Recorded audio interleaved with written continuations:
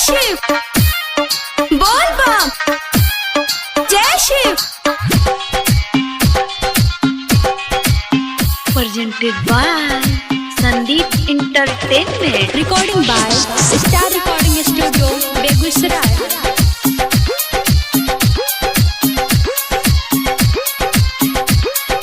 DJ Krishna.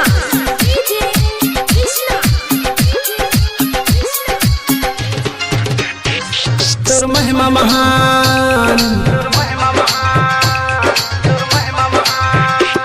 तोर महिमा महान जाने दुनिया जहान। हम दर पे तोरा एलिया लेके गंगा जल पानी सुना है भोले दानी तोरा चरण में हम चल लिया।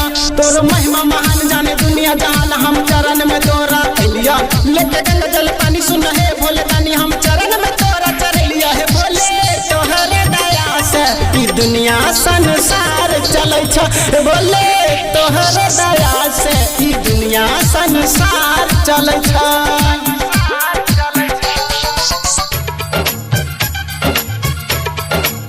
This song mixed by Star Recording Studio, Begusaray.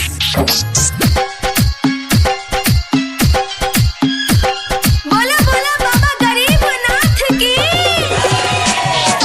DJ Krishna.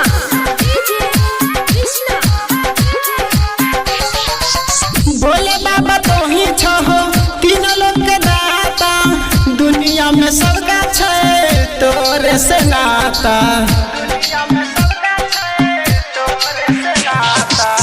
बोले बाबा तो ही छहो सबका के दाता।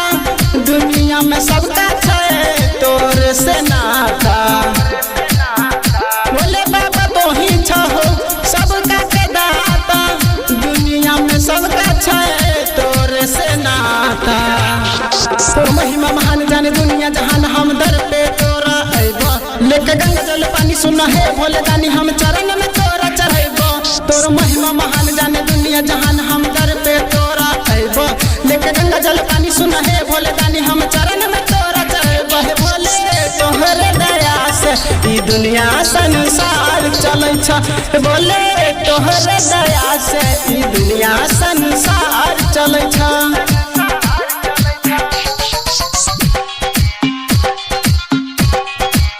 Recording by Star Recording Studio, Begusaray.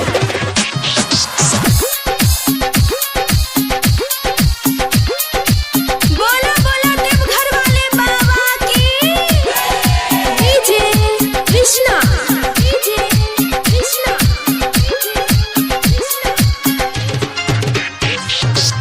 बाबा हो बहै छै ऐसा नहावा।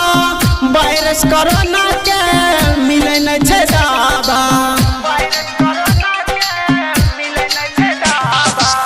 बाबा हो बहै छै ऐसा नहावा।